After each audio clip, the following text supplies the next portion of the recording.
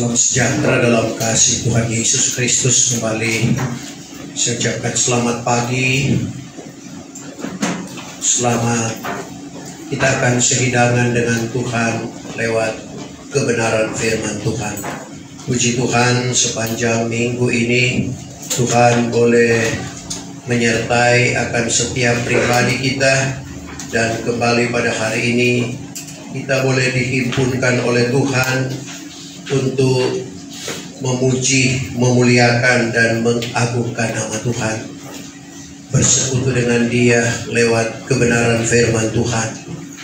Untuk itu biarlah kita tetap berdoa, tentunya di dalam hati kita masing-masing, supaya firman Tuhan itu benar-benar menjadi jawaban di dalam setiap pergumulan kita. Karena masing-masing kita punya pergumulan sendiri, tetapi firman Allah yang hidup, yang lebih tajam dari pedang bermata dua, sehingga makan dalam, menceraikan nyawa dan roh serta sendi dan sumsum, dan tahu menyelidik segala ingatan dan niat hati kita. Untuk itu Bapak Ibu Saudara, kita akan baca firman Tuhan kelanjutan dari khotbah minggu lalu. Kita akan baca Keluaran pasal yang ke-17 ayat yang ke-15. Untuk menghormati pembacaan firman Tuhan, saya jemput Bapak Ibu Saudara sekalian bangkit berdiri. Keluaran pasal 17 ayat yang ke-15 dalam Alkitab terjemahan lama berkata sebagai berikut. Sekali lagi, Keluaran 17 ayat 15. Maka didirikanlah oleh Musa sebuah mezbah, lalu dinamainya Tuhanlah alamatku. Terima kasih. Puji Tuhan. Silakan. Bagaimana perjalanan umat Israel dari negeri perhambaan, dari negeri Mesir menuju ke tanah Kanaan, tanah yang berlimpah air susu dan madu. Meskipun dengan perjuangan melalui Nabi Musa, bagaimana Tuhan menyertai sehingga bangsa ini boleh keluar dari negeri Mesir. Tujuannya adalah supaya mereka bebas untuk berbakti, memuji, memuliakan, dan mengagungkan nama Tuhan. Sempat ungkapan dari Firaun, boleh, tapi jangan jauh-jauh. Artinya dia dapat menguasai akan umat Israel ini, tapi ini tidak berkenan kepada Tuhan. Tuhan benar-benar mau melepaskan bangsa pilihannya ini dari perbudakan di negeri Mesir. Dan dengan perjuangan, bahkan dengan 10 tulah, 10 bala yang terjadi di negeri Mesir, barulah Firaun mengizinkan umat Tuhan ini keluar dari negeri Mesir. Meskipun tuntunan Tuhan, penyertaan Tuhan di dalam kehidupan bangsa pilihan Allah ini, bukan berarti tidak ada tantangan, bukan berarti tidak ada rintangan. Termasuk apa yang kita sudah bahas pada minggu lalu, di mana bangsa Amalek menyerang, berperang dengan bangsa Israel. Dan ternyata bangsa Israel memperoleh kemenangan. Panglima perangnya adalah Yusak, pemimpinnya adalah Musa. Sebagaimana di dalam ayat pembacaan kita minggu lalu, heran, maka selamanya Musa menadahkan tangannya ke langit, menanglah Israel. Tetapi semenjak diturunkan tangannya, maka menanglah orang Amalek. Musa sebagai pemimpin, dia berserah kepada Tuhan. Akhirnya kemenangan terjadi pada bangsanya. Dan setelah kemenangan ini terjadi, apa yang kita baca dalam ayat pembacaan pokok kita hari ini, maka didirikan oleh Musa sebuah mezbah, lalu dinamainya Tuhanlah alamatku. Saudara, alamat punya beberapa pengertian. Alamat pertanda atau pertama adalah tanda atau pertanda. Alamat untuk datangnya panas, alamat untuk datangnya hujan, alamat untuk kesudahan alam ini. Itu pengertian pertama. Alamat selanjutnya adalah tujuan atau sasaran untuk tiba. Puji Tuhan. Dan kalau kita hubungkan dengan firman Tuhan ini, benar-benar dua mengena sasaran. Pertama, tanda atau pertanda. Karena dikatakan di sini, Tuhanlah alamatku, kata Musa. Tuhan adalah firman. Yohanes 1 ayat 1, pada mulanya adalah firman. Firman itu bersama-sama dengan Allah, dan firman itu juga adalah Allah. Tanda kedatangan firman, yaitu Tuhan Yesus yang telah menjelma menjadi manusia. Kita perhatikan bagaimana Tuhan Yesus juga sebagai firman dalam Yohanes 1 ayat yang ke-14. Yohanes 1 ayat ke-14. Maka firman itu telah menjadi manusia. Firman telah menjadi manusia Serta tinggal di antara kita. Dan kami sudah memandang kemuliaannya, seperti kemuliaan anak yang tunggal yang daripada Bapa, penuh dengan anugerah dan kebenaran. Jadi firman telah menjelma menjadi manusia, yang tidak lain adalah berbicara tentang Tuhan Yesus. Jadi kita lihat, Tuhanlah alamatku, pertanda kedatangan Tuhan pada kali yang kedua. Pada waktu murid-murid berada di Bukit Zaitun, mereka bertanya kepada gurunya supaya Tuhan menyampaikan apa tanda, alamat kesudahan alam ini dan alamat kedatangan Tuhan pada kali yang kedua. Dalam Matius 24 ayat yang ketiga. Tatkala ia duduk di atas Bukit Zaitun, maka murid-murid itu datang kepadanya ketika sama sendiri, serta berkata, nyatakanlah kiranya kepada kami, masa manakah perkara ini berlaku kelak? Dan apakah alamat kedatanganmu? Dan kesudahan alam ini. Apakah alamat kedatanganmu? Pertanda kedatangan Tuhan pada kali yang kedua. Dan sebagaimana yang kita tahu rahasia bahwa kedatangan Tuhan pada kali yang kedua itu ada dua fase. Fase pertama, dia hanya datang di atas awan, dan itu juga merupakan hari keangkatan gereja Tuhan. Hari di mana gereja yang sudah disempurnakan, yang sudah terpilih, akan meninggalkan landasan dunia ini, sebagaimana yang dinubuatkan oleh Nabi Yesaya. Yesaya 55 ayat yang ke-12. Yesaya pasal 55 ayat yang ke-12. Karena dengan kesukaan kamu akan keluar. Dengan kesukaan kita akan keluar dari bumi ini. Dan dengan selamat juga kamu akan dipimpin. Dengan selamat kita akan dipimpin.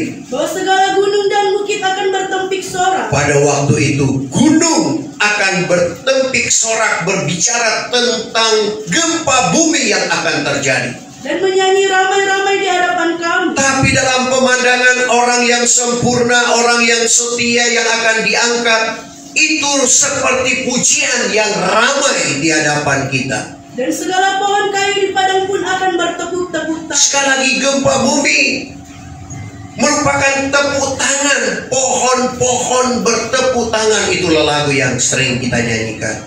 Dan gunung-gunung pun bersorak-sorak memuji Dia. Dan pohon-pohon pun bertepuk tangan memuji Dia. Jadi kita lihat pujian yang keluar dalam pemandangan orang-orang yang sudah disempurnakan. Dalam pemandangan orang-orang yang diangkat pada keangkatan gereja Tuhan. Tapi sebaliknya Bapak Ibu Saudara, hal ini memberikan ketakutan bagi orang-orang yang tertinggal, di mana mereka berkata, gunung-gunung, timpalah kami, lindungkanlah kami daripada wajah Dia.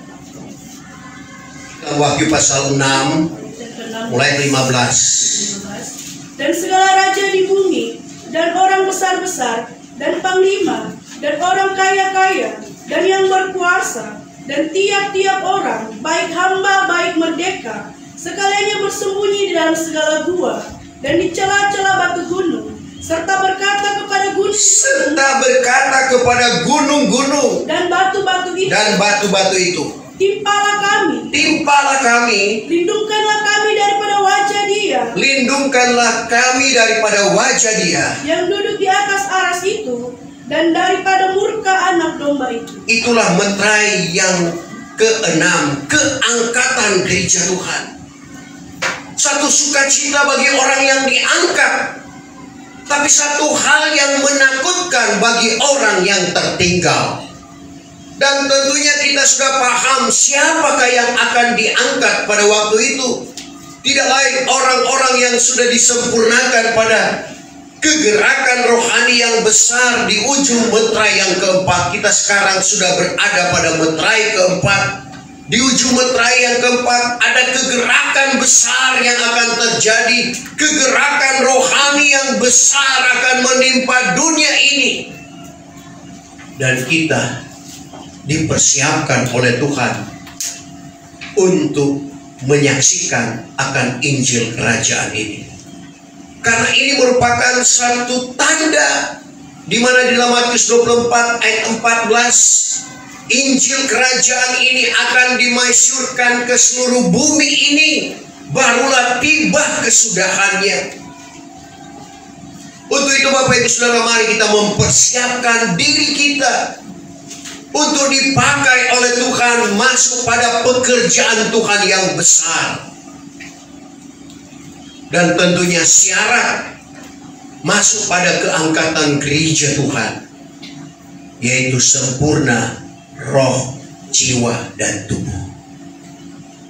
Karena kedatangan Tuhan pada kali yang pertama lahir di kandang yang hina untuk mencari orang-orang yang berdosa, termasuk di dalamnya Bapak, Ibu, saya, dan saudara.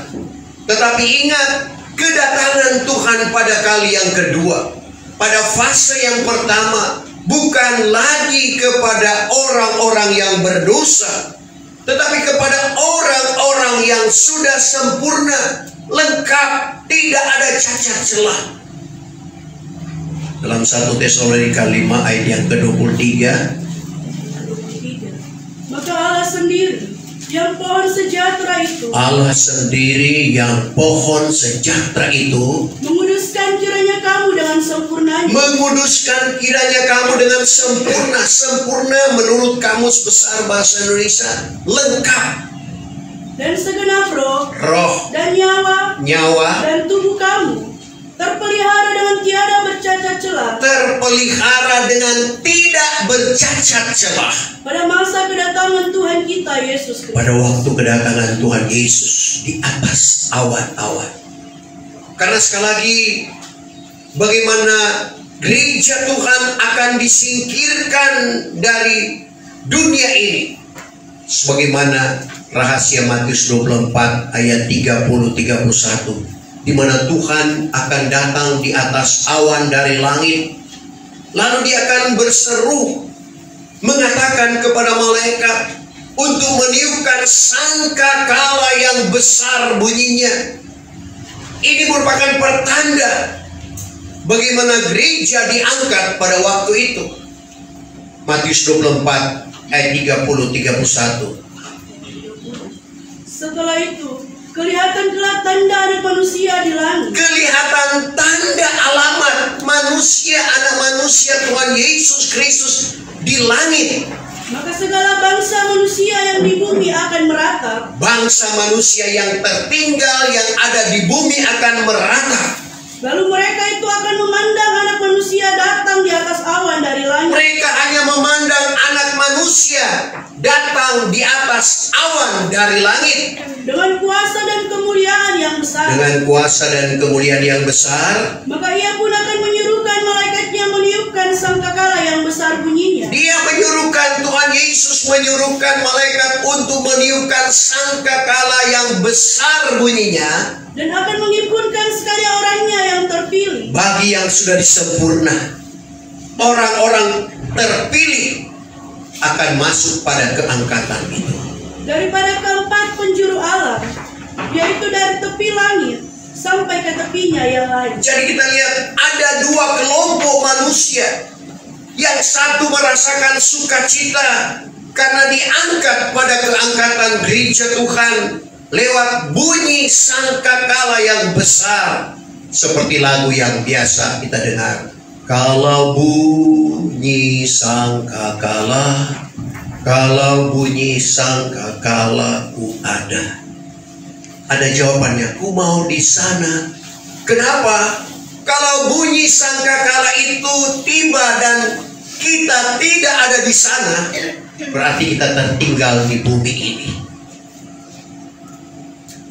Kita akan menghadapi ketakutan yang besar karena tertinggal, dan akan menghadapi kerusakan yang besar yang belum pernah terjadi dan tidak akan terjadi lagi.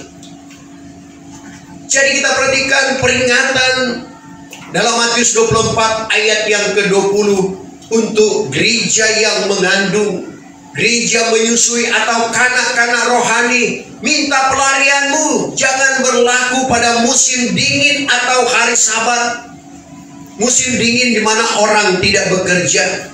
Hari Sabat ketentuan Taurat orang tidak bekerja. Dan itu sudah masuk pada meterai yang kelima, di mana tidak ada lagi pemberitaan seperti saat ini. Dan waktu itu Tuhan akan mendatangkan bala kelaparan ke dalam dunia. Sebab itu tidak salah khotbah Tuhan Yesus di atas bukit. Berbahagialah orang yang lapar dan dahaga akan kebenaran.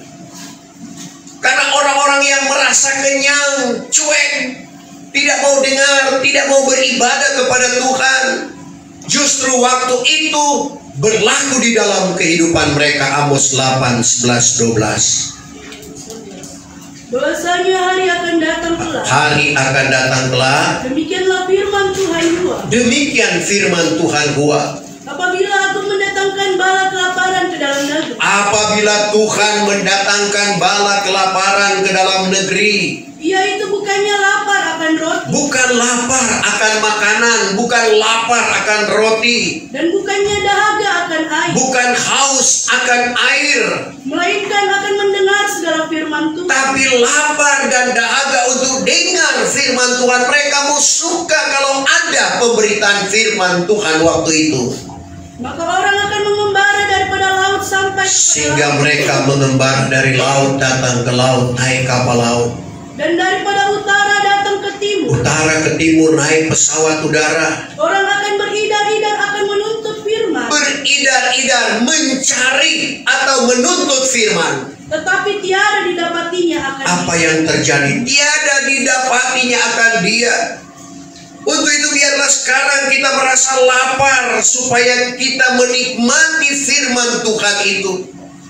Matius 5 sekali lagi, berbahagialah orang yang lapar dan dahaga akan firman, karena mereka akan dijamu sehingga kenyang. Matius 5 ayat 6. Berbahagialah segala orang yang lapar dan dahaga akan kebenaran, Kalau kita rasa lapar dan dahaga akan kebenaran saat ini, karena mereka itu akan dijamu sehingga kenyang. kita akan dijamu sehingga kenyang. Orang yang lapar, makanan apapun yang disodorkan pasti dia akan rasakan enak. Demikian juga kalau kita lapar dan dahaga akan firman, baik itu berbentuk templakan nasihat, itu kita akan rasakan bagaimana kuasa firman itu terjadi di dalam kehidupan kita. Karena seperti yang saya katakan dalam pendahuluan, firman Allah itu hidup dan berkuasa. Firman tidak mati, tapi dia hidup, berkuasa, lebih tajam dari pedang bermata dua, makan dalam, menceraikan nyawa dan roh serta sendi dan sumsum, dan tahu menyelidik segala ingatan dan niat hati kita. Saya tidak tahu apa yang ada di dalam pikiran Bapak Ibu sekarang, atau apa yang ada di dalam hati. Tapi ketahuilah firman Allah yang hidup ini tahu persis. Untuk itu kalau kita taruh firman Allah di dalam hati kita, sebagaimana ungkapan pemazmur, maka kita tidak akan berdosa kepada Tuhan. Nah, Bapak Ibu Saudara yang kekasih di dalam Tuhan Yesus Kristus, Tuhanlah alamatku. Firman Tuhan menjadi alamat kita, menjadi sasaran. Kita perhatikan pada bagian yang kedua tadi, alamat atau pertanda. Sekarang alamat, tujuan atau sasaran untuk tiba. Tuhan yang menjadi alamat kita. Bagaimana supaya kita tiba ke alamat kita? Pemazmur dalam Mazmur 43 ayat 3, dia berkata, suruhkanlah terangmu dan kebenaranmu memimpin akan daku ke bukit kesucian. Bukit kesucian di mana umat Tuhan menyembah Dia, ke tempat kediamannya, berbicara tentang sorga yang kekal. Mazmur 43 ayat yang ketiga, Suruhkanlah terangmu dan kebenaranmu, supaya keduanya itu memimpin aku dan membawa akan daku ke bukit kesucianmu dan ke dalam tempat kediamanmu. Jadi terang dan kebenaran yang akan memimpin kita sampai ke alamat tujuan kita. Sekarang dengan teknologi yang canggih, GPS, Global Positioning System, GPS. Bahasa Inggrisnya GPS, bahasa Indonesianya GPS. Goblok pun sampai. Karena sekarang kita ketik alamat, tinggal dia perintahkan kita 200 meter ke depan belok kiri, 800 meter belok kanan, lanjut. Meskipun kadangkala karena ini ciptaan manusia, kadangkala busa juga. Saya berapa kali tersesat, tapi kalau dari Tuhan tidak akan tersesat. Amin. Yaitu firman Allah yang menunjukkan kita dan bagaimana tujuan kita ke alamat yang ditetapkan oleh Tuhan. Terang sama dengan firman, terang sama dengan Tuhan Yesus.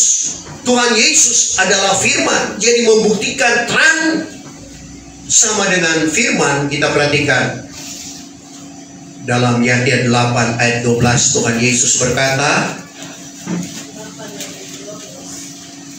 Maka bertuturlah Yesus pula kepada mereka itu sambil berkata, Tuhan Yesus bertutur sambil berkata, Aku inilah terang dunia. Aku inilah terang dunia. Siapa yang mengikut aku, Siapa yang mengikut aku tiada akan berjalan di dalam gelap, tidak berjalan di dalam gelap, melainkan akan beroleh terang hidup. beroleh terang hidup itu. Suruhkanlah terang, yaitu Tuhan Yesus. Tuhan Yesus, Yohanes 1 ayat 14 kita sudah baca tadi. Firman yang menjelma menjadi manusia. Jadi terang sama dengan firman. Kebenaran. Yohanes 16 ayat 13. Apabila ia sudah datang, yaitu roh kebenaran. Roh kebenaran di sini berbicara tentang Roh Kudus. Jadi kedua-duanya, firman maupun roh Tuhan yang akan menuntun kehidupan kita ke bukit kesucian, yaitu di mana kita menyembah Dia dengan roh dan kebenaran. Jadi bukit kesucian di sini berbicara tentang Bukit Sion. Kalau kita perhatikan dalam Yesaya 2 ayat yang ketiga, Yesaya 2 ayat yang ketiga, maka beberapa bangsa akan berjalan, serta katanya, marilah kita naik ke bukit Tuhan, marilah kita naik ke bukit Tuhan, ke Bukit Sion, ke bait Allah Yakub, ke bait Allah Yakub, supaya diajarnya kita akan hal segala jalannya, dan dapat kita menjalani Dia. Karena dari dalam Sion juga akan terbit hukum dan firman Tuhan dan dalam Yerusalem. Jadi dari Sion terbit hukum, firman Tuhan dari Yerusalem. Sehingga Bapak Ibu Saudara, kita memahami akan maksud Tuhan, yaitu datang kepadanya untuk menyembah dengan roh. Yang tidak ada roh tidak perlu menyembah. Kita ini yang punya roh, yang diwajibkan untuk menyembah. Yohanes 4 ayat 23-24. Yohanes 4 ayat 23-24. Tetapi masanya akan datang. Masanya akan datang. Dan sekarang sudah sampai. Sekarang sudah sampai. Bahwa segala penyembah yang benar itu. Segala penyembah yang benar itu akan menyembah Bapa dengan roh dan kebenaran. Menyembah Bapa dengan roh dan kebenaran. Karena Bapa itu berkenan akan orang yang sedemikian itulah menyembah Bapa Dia. berkenan sedemikian orang yang menyembah Dia. Allah itu roh adanya. Allah itu roh adanya. Maka orang yang menyembah Dia, orang yang menyembah Dia wajiblah menyembah dengan roh dan kebenaran. Harus menyembah dengan roh dan kebenaran. Dan kalau kita mengikuti pelajaran tabernakel yang dirohanikan, setelah kita dengar firman, baru kita datang menyembah dengan roh dan kebenaran. Inilah alamat yang tepat yang Tuhan tunjukkan kepada kita. Sebagaimana Tuhan menyuruh umat Israel untuk mencari Tuhan. Dalam Amos 5 ayat 4 dan ayat 5. Tapi Tuhan larang mereka ke Baitel, ke Gilgal, dan ke Berseba. Padahal tempat itu di tanah Kanaan. Tapi Tuhan tidak suruh mereka ke sana. Lalu kemana, Bapak Ibu Saudara? Meskipun itu ada khotbah tersendiri yang Tuhan perintahkan, Yeremia 4 ayat 6. Arahkanlah alamatmu arah ke Sion, di mana tempat umat Tuhan menyembah Tuhan. Demikian juga dengan kita. Sion yang rohani, di mana kita menyembah Bapa dengan roh dan kebenaran. Karena Sion itu elok kedudukannya, bersinarlah Allah dengan kemuliaannya. Coba kita perhatikanlah Mazmur 50 ayat 2. Maka dari dalam Sion, yaitu kesempurnaan keelokan, dari dalam Sion kesempurnaan keelokan, bersinarlah Allah dengan kemuliaan. bersinarlah Allah dengan kemuliaan. Sion yang rohani, kita masuk pada kamar maha suci, kita menyembah Bapa dengan roh dan kebenaran. Kemuliaan Dia nyatakan dalam kehidupan kita, berlaku Matius 18 ayat 20. Di mana 2-3 orang berhimpun atas nama Tuhan, di situ Tuhan ada. Bukti kehadiran Tuhan. Kita mendengar suara nubuatan lewat karunia nubuatan, suara roh Tuhan. Melihat kemuliaan Tuhan dengan karunia penglihatan. Itulah yang Tuhan inginkan di dalam kehidupan kita. Karena Sion, Mazmur 48 ayat yang kedua. Bahwa besarlah Tuhan. Besarlah Tuhan. Dan patutlah Ia dipuji-puji. Patutlah Ia dipuji-puji. Bahwa di dalam negeri Allah kami adalah bukit kesuciannya. Adapun bukit Sion itu elok kedudukannya. Bukit Sion itu elok kedudukannya. Suatu kesukaan bagi segenap bumi. Satu kesukaan bagi segenap bumi. Pada pihak utaranya adalah negeri Raja yang Maha Besar. Jadi kita lihat, kalau kita datang menyembah Tuhan di dalam roh dan kebenaran, maka kesukaan itu menjadi milik dan bagian kita. Untuk itu sekali lagi, setelah Musa, Yusak, umat Israel memperoleh kemenangan melawan bangsa Amalek, maka didirikan oleh Musa sebuah mezbah, lalu dinamainya Tuhanlah alamatku. Tuhan menjadi alamat kita. Dan kita perhatikan alamat selanjutnya yang diperlihatkan Tuhan kepada Rasul Yahya, yang tidak lain berbicara tentang gereja, Bapak, Ibu, saya dan saudara yang nantinya akan disempurnakan, bersalut dengan matahari, bulan di bawah kakinya, dan bermahkotakan 12 bintang. Dalam Wahyu 12 ayat 1 mulai. Maka kelihatanlah di langit suatu alamat yang besar. Kelihatan di langit suatu alamat yang besar, yaitu seorang perempuan bersalut dengan matahari. Seorang perempuan yang bersalut dengan matahari, dan bulan ada di bawah kakinya. bulan di bawah kakinya, Dan di kepalanya bermahkotakan 12 bintang. di kepalanya bermahkotakan 12 bintang. Berbicara gereja hujan akhir, di mana Bapak, Ibu, saya dan saudara hidup kalau kita disempurnakan seperti alamat di langit yang diperlihatkan kepada Rasul Yahya. Karena kita lihat tingkatan iman pada waktu zaman Tuhan Yesus, iman orang seperti yang dikatakan Tuhan Yesus Matius 5 ayat 13-14, kamulah terang dunia, sebuah negeri di atas bukit. Jadi kita lihat iman gereja Tuhan pada zaman Tuhan Yesus digambarkan seperti negeri di atas bukit. Lalu selanjutnya masuk pada gereja hujan awal, apa yang dikatakan oleh Paulus kepada jemaat Ibrani. Alamat seperti awan rupanya meningkat dari atas gunung menuju ke awan. Coba kita baca Ibrani 12 ayat pertama.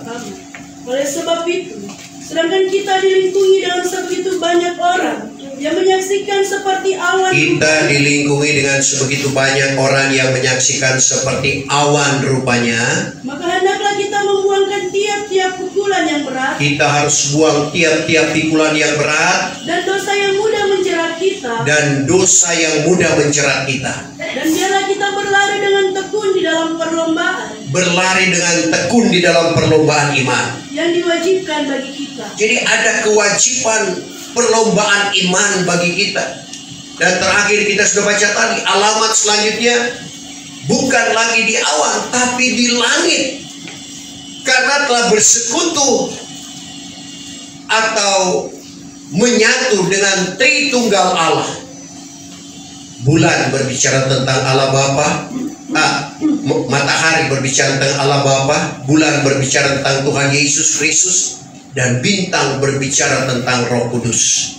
Kita perlu bersalut dengan Tritunggal Allah.